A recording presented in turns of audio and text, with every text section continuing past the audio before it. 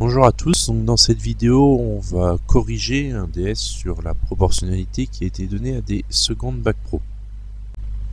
Donc on va commencer par jeter un œil au sujet, et c'est un sujet qui a été donné sur la plateforme Idoceo Connect.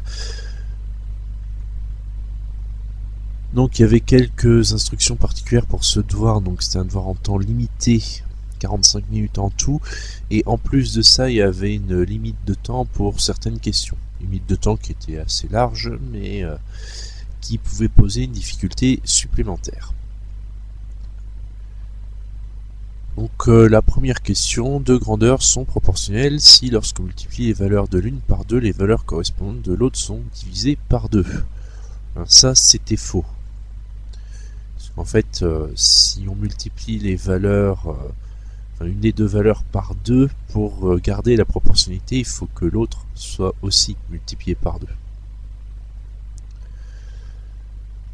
La question suivante nous disait deux grandeurs sont proportionnelles si lorsqu'on triple les valeurs de l'une, les valeurs correspondantes de l'autre sont également triplées. Là pour le coup c'est vrai, la même explication que la question précédente. Donc ensuite, on nous disait deux grandeurs sont proportionnelles si lorsqu'on divise par 10 les valeurs de l'une, les valeurs correspondantes de l'autre sont divisées par 10. Ça c'était également vrai, toujours pour la même raison, avec la même explication.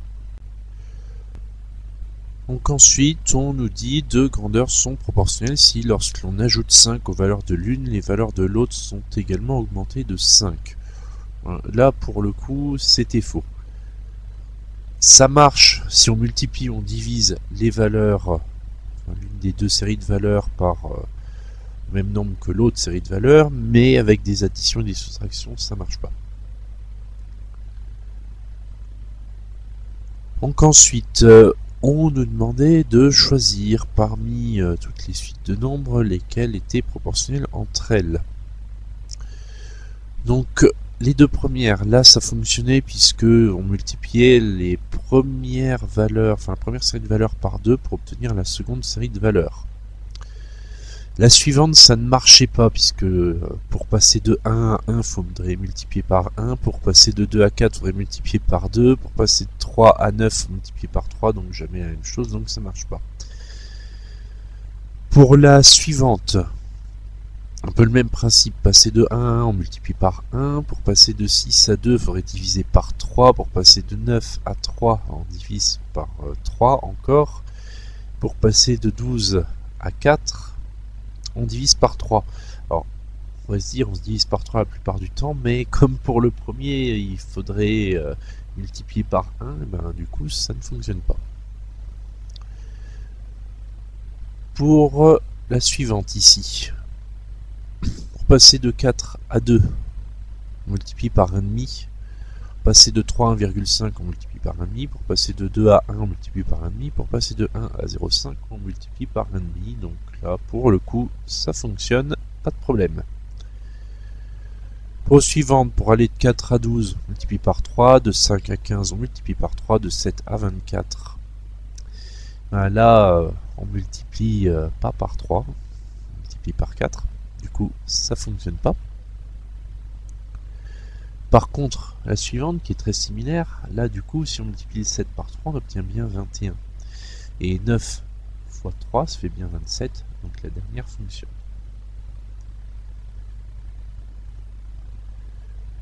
Donc, pour les questions suivantes, c'était des questions ouvertes.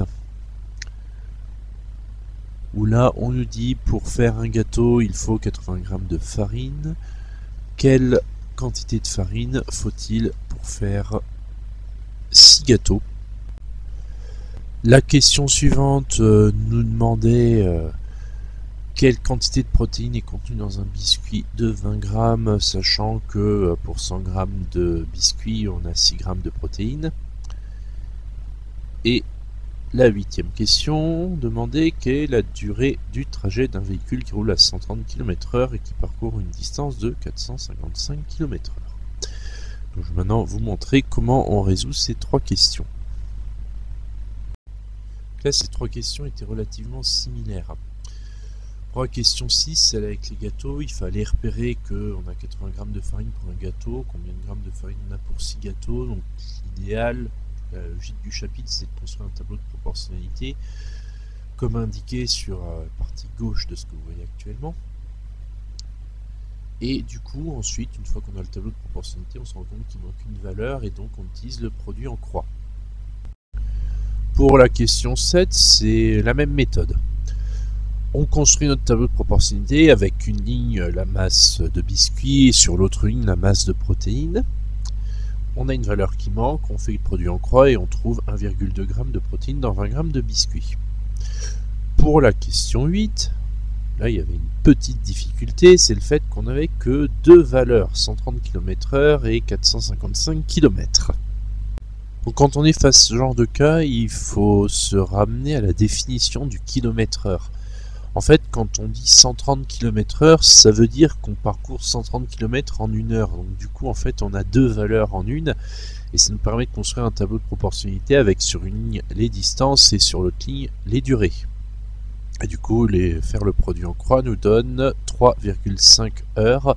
Et là, attention, 3,5 heures, c'est pas 3 heures et 50 minutes, mais c'est 3 heures et la moitié d'une heure, donc 30 minutes.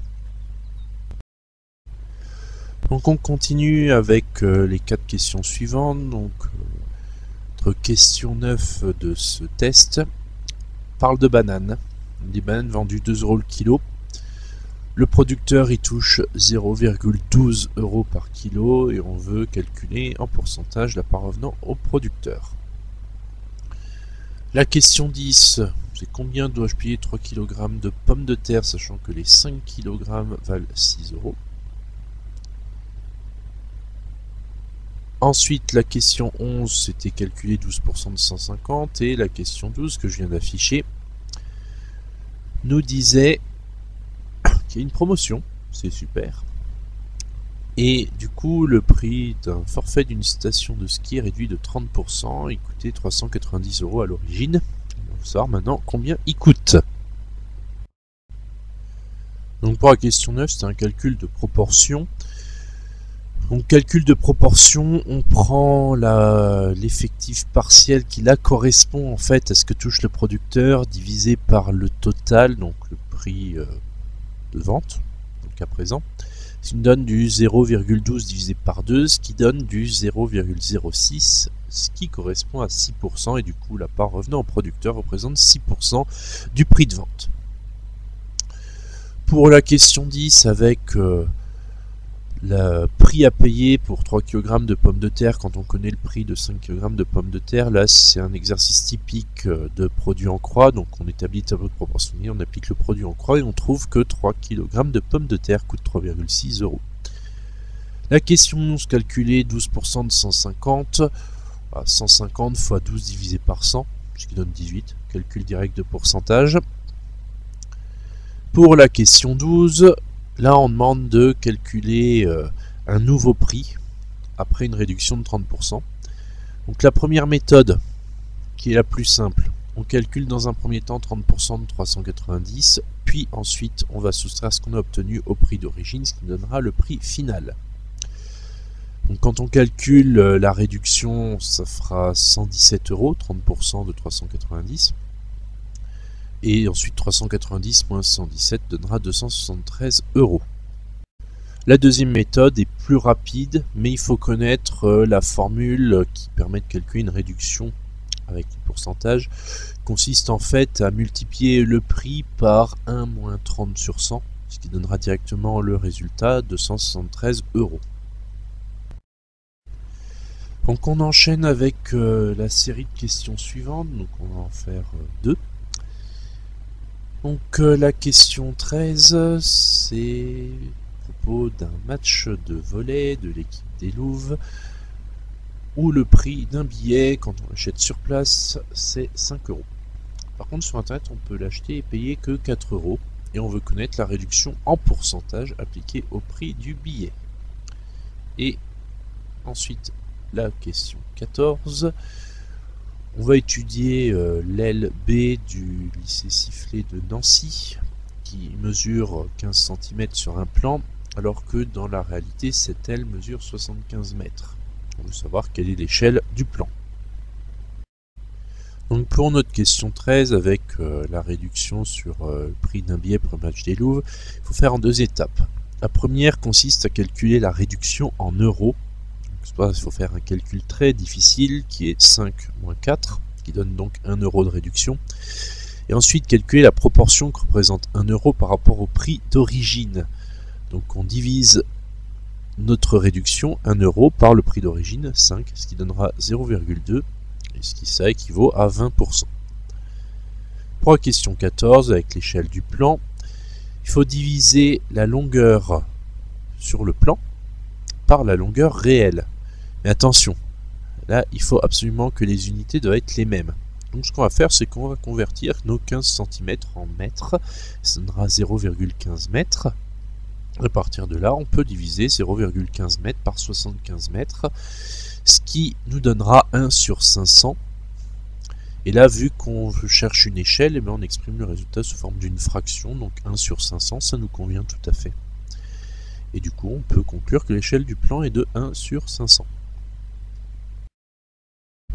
Pour continuer sur les échelles, là on a une question qui va dans l'autre sens, où on nous donne l'échelle, 1 sur 500 000. On dit que sur la carte, 2 villes sont distantes de 15 cm et du coup on veut connaître la distance réelle qui sépare les 2 villes. Ensuite on a la question 16 qui est une question un peu plus sur les agrandissements réductions, peut-être un peu plus facile. On nous demande quel sera le volume d'un solide agrandi. Si à la base, le solide d'origine fait 5 mètres cubes et que les longueurs subissent un agrandissement par 2. Donc là, en fait, il faut prendre 5 et multiplier par 2 au cube, puisque si on multiplie les longueurs par 2, les volumes seront multipliés par 2 puissance 3, donc 2 au cube. Et là, ça fera 40 mètres cubes. Et la question 17, toujours sur les agrandissements réduction, c'est là une question verte. On nous dit un triangle ayant une aire de 12 mètres carrés, voit les longueurs de ses côtés multipliées par 1,5, quelle sera l'aire du triangle réduit. Donc on va voir en détail tout ce qu'il fallait faire pour ces 3 questions. Donc pour la question avec les échelles, il fallait multiplier la distance mesurée par la carte par l'inverse de l'échelle pour obtenir la distance réelle. Ce qui revenait à multiplier 15 cm par 500 000 sur 1, parce que l'inverse de 1 sur 500 000 c'est 500 000 sur 1, et ça nous donnait 7 500 000 cm. Et si on convertissait 7 500 000 cm en kilomètres, ça donnait 75 km. Et donc du coup on avait 2 villes distantes de 75 km. La question 16, j'avais expliqué comment on faisait, vous avez le calcul qui est affiché, et pour la question 17, là c'était le même calcul que dans la question 16, sauf que on était sur des aires, donc il fallait multiplier notre aire de départ par le coefficient d'agrandissement en réduction élevé au carré ce coup-ci, puisqu'on est sur des aires, ce qui nous donne 12 fois 1,5, le tout au carré est égal à 12 fois 1 quart, ce qui fait 3 mètres carrés. Donc on dit que l'aire du triangle réduit est de 1 mètre carré. Pour la question suivante, qui est la 18e question, on avait un tableau de proportionnalité où il manquait une valeur. Ici, on nous demandait de calculer la valeur manquante. On avait comme question 19, cette fois-ci, un tableau complet. Et on nous demandait de déterminer le coefficient de proportionnalité. Et ensuite, en question 20, on démarrait sur le début d'un problème. Et donc on va voir comment on pouvait traiter ces 3 questions. Donc pour la 18, trouver la valeur manquante, on applique le produit en croix, rien de bien extraordinaire. Donc 160 fois 42, le tout divisé par 70, qui donnait 96. Ensuite, trouver le coefficient de proportionnalité d'un tableau qu'on nous proposait. Et on divise les valeurs de la seconde ligne par celles de la première ligne.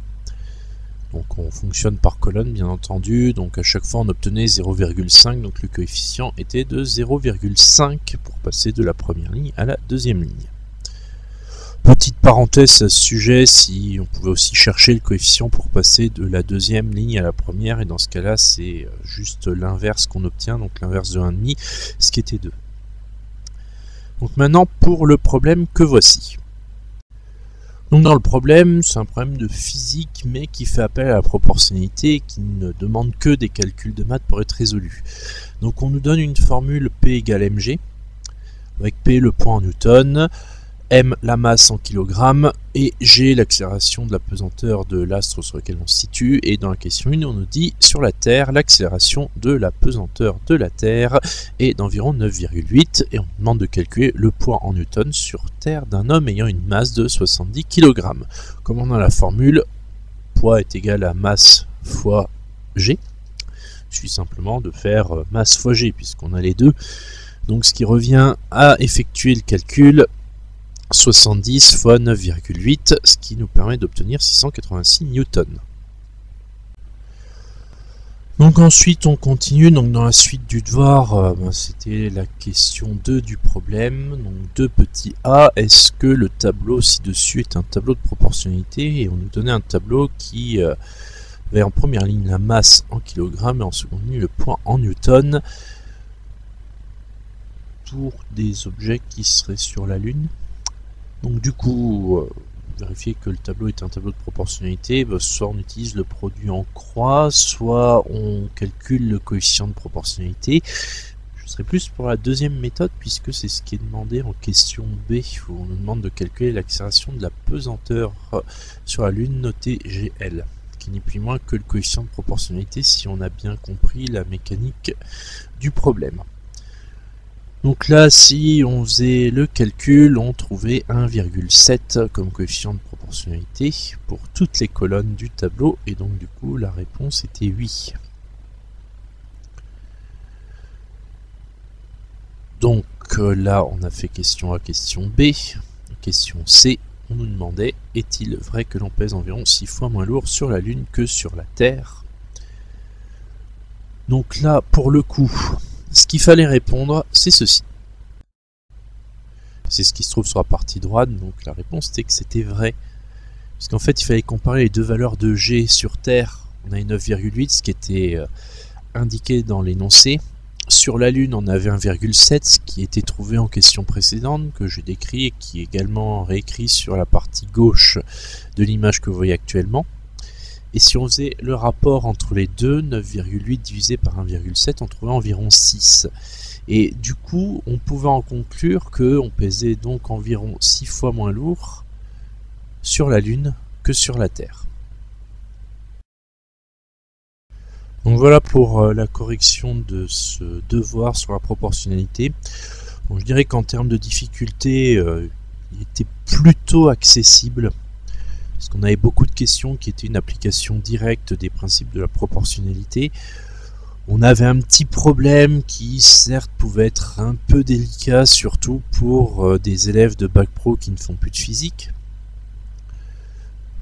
Mais ça restait un problème qui était accessible, puisque c'est, je dirais, un chapitre qui est pour la grosse majorité des révisions de fin de collège. Donc il n'y avait pas de piège particulier, il fallait simplement bien maîtriser les notions de proportionnalité, bien maîtriser le produit en croix, avoir des connaissances sur les pourcentages et puis savoir manipuler toutes ces notions pour obtenir les réponses aux questions. Au cours de cette vidéo, si vous avez des choses que vous n'avez pas compris, n'hésitez pas à les laisser en commentaire. Si je vois que vous avez des questions, j'y répondrai. Si ça vous a plu, n'hésitez pas à laisser un pouce bleu. Et puis si vous voulez ne pas rater de vidéos, abonnez-vous à la chaîne. Petite parenthèse aussi, j'ai changé quelques réglages par rapport au son. Donc si le son est plus agréable comme ça, n'hésitez pas à me le faire savoir. Et sur ce, je vous dis à très bientôt.